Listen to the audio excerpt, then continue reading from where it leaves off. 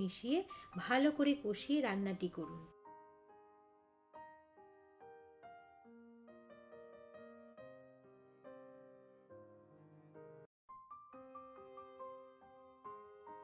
মশলা থেকে কাঁচা গন্ধটি চলে গেলে ভাজা চিংড়ি মাছগুলো যোগ করে ভালো করে কষিয়ে রান্নাটি করুন।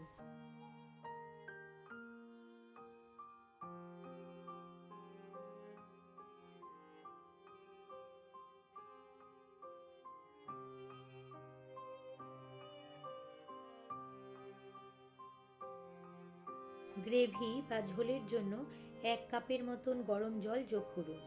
মালাবার প্রনস কারি একটু ঘন হয়ে থাকে, তাই বেশি জল যোগ করবার দরকার নেই। এখন স্বাদকে আরও বাড়িয়ে তুলতে 1 চা চামচ Malabar curry powder, 200 millilitre coconut milk বা নারকেলের দুধ যোগ করুন। এখন থেকে রান্নাটি একদম কম তাপমাত্রায় করতে হবে।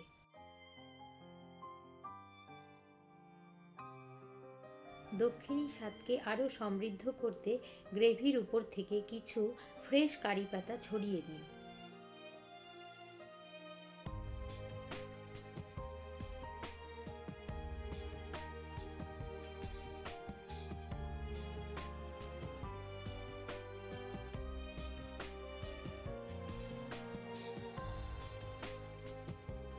এবার ফ্লেম অফ করে 1 মুঠো ধনেপাতা ছড়িয়ে গরম গরম ভাত বা নান, পরোটার সাথে পরিবেশন করুন।